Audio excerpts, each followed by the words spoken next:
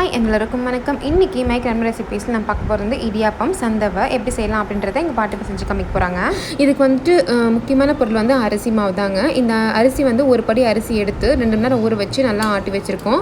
எப்படி ஆட்டணும்னா இட்லி மாவுக்கு ஆட்டுறோம் இல்லைங்களா, அரிசி அந்த மாதிரி பதத்துக்கு ஆட்டி வச்சுருக்கோம். ரொம்ப கல் மாதிரியும் இருக்கக்கூடாது, ரொம்ப தண்ணி மாதிரி இருக்கக்கூடாது.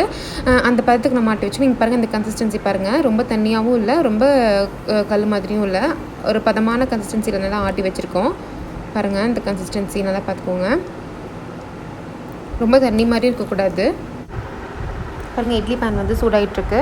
இப்போ வந்து இட்லி நம்ம ஊற்றுவோம் இல்லைங்களா எப்போயுமே, அந்த மாதிரி வந்து இந்த மாவு வந்து ஊற்றி வச்சுக்கலாம்.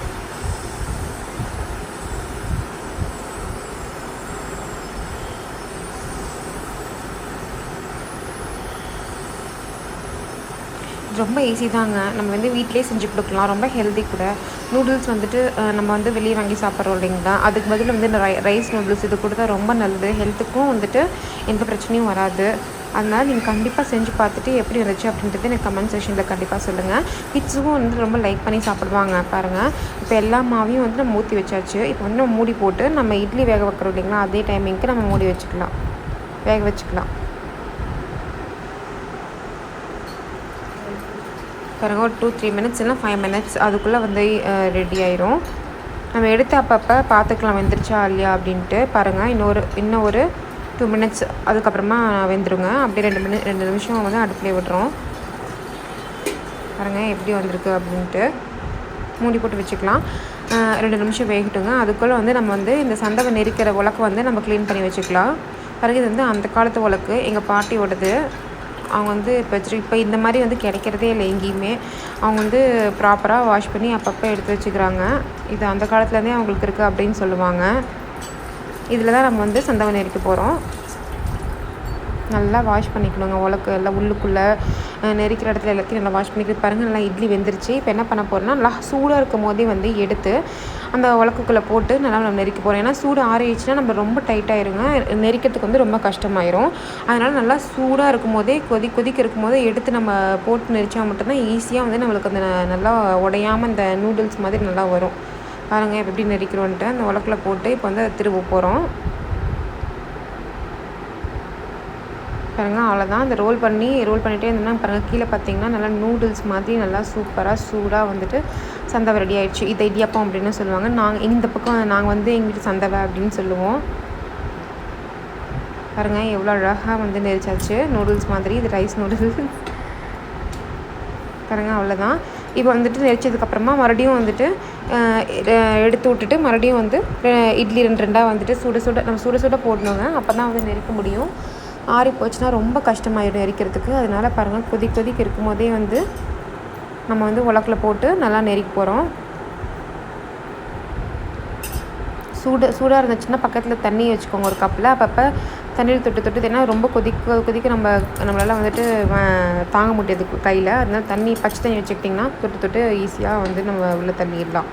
பாருங்கள், ரொம்ப கஷ்டமாக இருக்காது. சூடாக இருக்கும்போது நம்ம ஈஸியாக வந்து திரிச்சிடலாம்.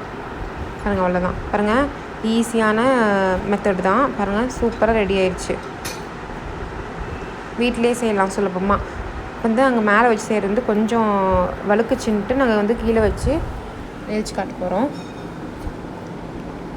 கீழே வச்சாலும் நீங்கள் வந்துட்டு பார்த்து பத்திரமா நெரிக்கணுங்க. வந்து அங்கெங்கேயும் அசையும் இல்லையா, வந்து நல்லா பார்த்து பொறுமையாக தான் நெரிக்கணும். கேர்ஃபுல்லாக பண்ணுங்கள். பாருங்கள், கீழே பார்த்தீங்கன்னா உங்களுக்கு தெரியும் அந்த நெரிச்சு இந்த நூடுல்ஸ் வந்து வெளியே வர்றது. சந்தவை இடியாப்பம் இது வந்துட்டு அரிசி மாவு வந்து நல்லா அரிசி மாவு எடுத்து சுடு தண்ணியில் போட்டு நல்லா மிக்ஸ் பண்ணி அந்த மாதிரி நம்ம நெரிச்சு அதுக்கப்புறம் இட்லி பானையில் வேக வச்சும் பண்ணலாம். அது ஒரு மெத்தடு. இது வேறு மெத்தடு. இது வந்து எங்கள் பாட்டியோட ஸ்டைலு. இப்படி தான் பண்ணுவாங்க எங்கள் பாட்டி சந்தவை. அதனால் அதை நான் எப்படின்னு செஞ்சு காட்டுறேன் உங்களுக்கு. இப்போ பாருங்கள், அவ்வளோதான். பாருங்கள், இவ்வளோ அழகாக வந்து சந்தவை ரெடி ஆயிடுச்சு அப்படின்ட்டு.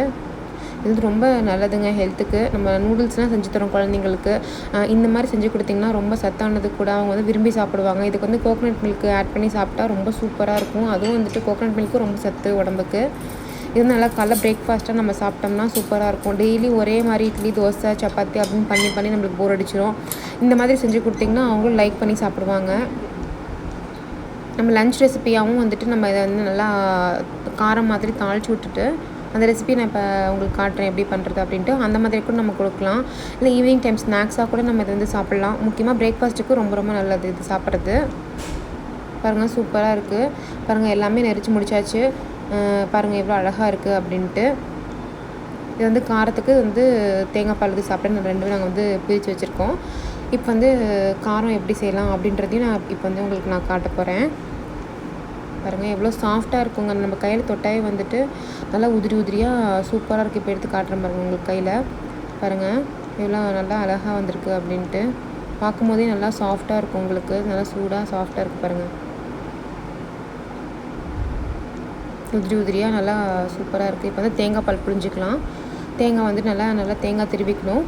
தேங்காய் திருப்பி விட்டுட்டு நல்லா அந்த மிக்சியில் போட்டு அடித்து ஒரு வெள்ளை துணியில் போட்டு நல்லா புழிஞ்சிங்கன்னா அந்த பால் வந்துடும். அதில் வந்து லைட்டாக சுகர் ஆட் பண்ணிவிட்டு அதுக்கப்புறம் ஏலக்காய் பவுடர் சேர்த்துக்கலாம். ஃப்ரெஷ்ஷாக ஏலக்காவை தட்டி கூட சேர்க்கலாம். நல்லா ஸ்மெல் சூப்பராக இருக்கும். இல்லை ஏலக்காய் பவுடர் கூட ஆட் பண்ணிக்கலாம். போட்டு நல்லா மிக்ஸ் பண்ணி விட்டோம்னா தேங்காய் பால் ரெடி. இப்போ வந்து காரம் வந்து எப்படி செய்யலாம் அப்படின்றத பார்க்கலாம். தாளிக்கிறது எப்படி செய்யலாம் அப்படின்னு பார்க்கலாம். ஒரு பேனில் வந்து நம்ம ஆயில் ஊற்றிக்கிட்டோங்க.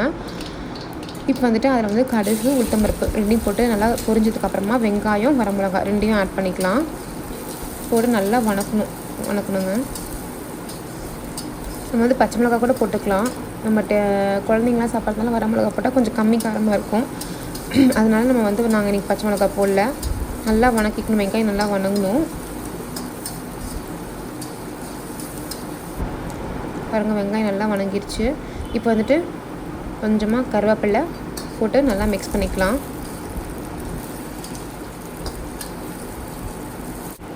நெக்ஸ்ட் வந்து கொஞ்சம் கொத்தமல்லி தலையும் போட்டுக்கலாம். அதையும் நல்லா மிக்ஸ் பண்ணிக்கலாம். இப்போ வந்து கொஞ்சம் காரத்துக்காக கறி மசாலா ஆட் பண்ணுறோம். நெக்ஸ்ட்டு மஞ்சள்தூள் அதையும் நல்லா மிக்ஸ் பண்ணிக்கலாம். நெக்ஸ்ட் வந்து இப்போ தக்காளி ஆட் பண்ணி நல்லா பச்சை வாசம் போகிற அளவுக்கு நல்லா வணக்கிக்கணும். நல்லா தக்காளி வந்து நல்லா ஸ்மாஷ் ஆகி நல்லா வந்துட்டு நல்லா கூழ் மாதிரி ஆகிடணுங்க. அந்த மாதிரி நல்லா வணக்கிக்கணும் தக்காளியை. அப்போ தான் டேஸ்ட்டாக இருக்கும்.